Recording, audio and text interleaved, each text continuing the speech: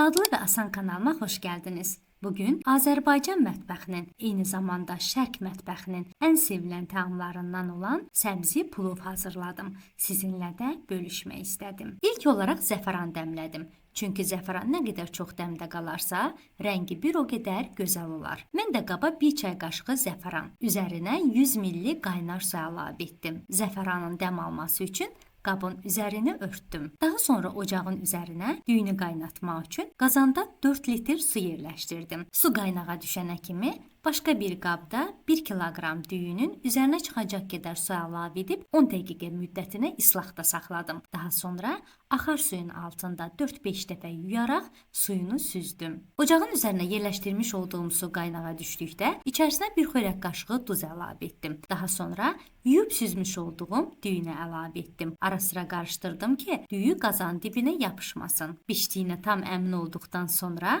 düyünü süzdüm. Qazmaq üçün kənarda bir qaba 2 ədəd yumurta, 2 xörək qaşığı qatıq əlavə edib qarışdırdım. Daha sonra süzmüş olduğum düyüdən bir böyük qaşıq götürərək ərzaqların üzərinə əlavə edib yenidən qarışdırdım. Daha sonra qazanın dibinə 150 qram əriməmiş kərə yağı əlavə etdim və qazanı ocağın üzərinə yerləşdirdim. Kərə yağı əriyənə yaxın qazmaq içliyini yağın üzərinə əlavə etdim və ərzaqları birlikdə qarışdırıb qazanın dibinə yaydım. Yerdə qalan düyünü lay-lay qazmağın üzərinə əlavə etdim. Hər layın orta hissəsinə dəmləmiş olduğum zəfərandan, eyni zamanda ərimiş kərə yağı da əlavə etdim. Ən sonda qazanın qapağına parçadan hazırlanmış xüsusi bağlama keçirdim və plovun dəm alması üçün qazanı zəif ocaqda dəmirin üzərinə yerləşdirdim. Yuyub xırda-xırda doğramış olduğum 1 kiloqram dana ətini qazana əlavə etdim. Bişməsi üçün üzərinə çıxacaq qədər su əlavə edib orta dərəcədə ocağın üzərinə yerləşdirdim. Qaynayan zaman üzərinə çıxan kəfini aldım. Tam şəkildə bişdikdən sonra süzgəncin köməkliyi ilə suyun içərisindən çıxararaq başqa bir qaba yığdım. Səbzi qovurmanı hazırlamaq üçün mən göyərti olaraq 12 dəstə kəvər, 4 dəstə tərxun,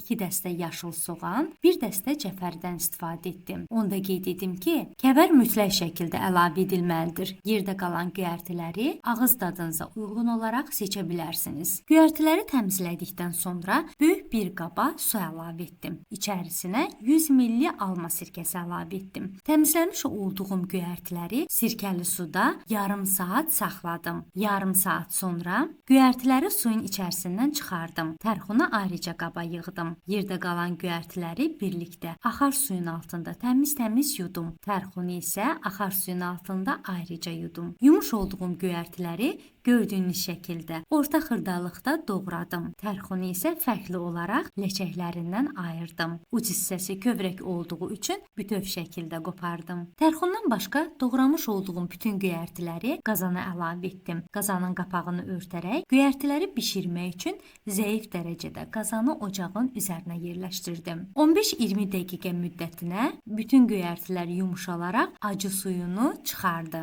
Tərxunları da digər göyərtilərin üzərinə əlavə etdim, qarışdırdım. Yenidən qazanın qapağını örtərək tərxunun da tam şəkildə yumşalaraq acı suyunu çıxarması üçün gözlədim. 10-15 dəqiqə sonra gördüyünüz kimi bütün göyərtilər acı suyunu çıxardı. Göyərtilərin acı suyunu sıxmaq üçün süzgəncə əlavə etdim və qaşığın köməkliyi ilə üzərindən sıxaraq bütün acı suyunu çıxardım. Qabığını soyub yumuş olduğum 1 kiloqram soğanı yarım halqa şəklində doğradım. Üzərinə duz və 1 xörək qaşığı yağ əlavə etdim. Onda qeyd edim ki, quzu quyruğundan da istifadə edəcəyim üçün soğana yağı az əlavə etdim və soğanı qovrulması üçün zəif dərəcədə ocağın üzərinə yerləşdirdim. Başqa bir qazana yuyub xırda-xırda doğramış olduğum 200 qram quzu quyruğunu əlavə etdim. Üzərinə 1 çay qaşığı duz əlavə edib qovrulması üçün ocağın digər gözünə yerləşdirdim. Quzu quyruğu qovrulub yağını verənə yaxın qaynadıb suyunu süzmüş olduğum tikələri quyruğun üzərinə əlavə etdim və qazanın qapağını örtərək tam şəkildə qovrulana kimi gözlədim. Ət qovurması tam şəkildə bişdikdə ocaqdan götürdüm. Artıq gördüyünüz kimi soğan da rəngini dəyişərək tam şəkildə yumşalıb və bişib. Göyərtiləri soğançanın üzərinə əlavə edib qarışdırdım. Qovurmuş olduğum tikələri də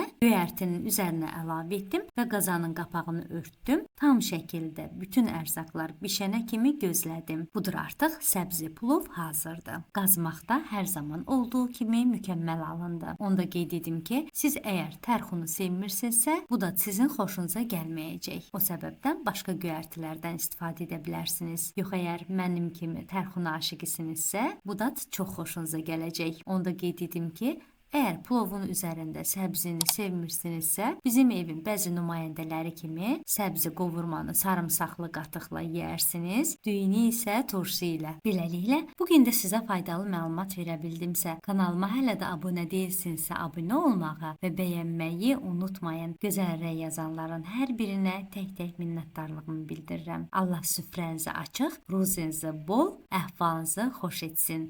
Sağ olun.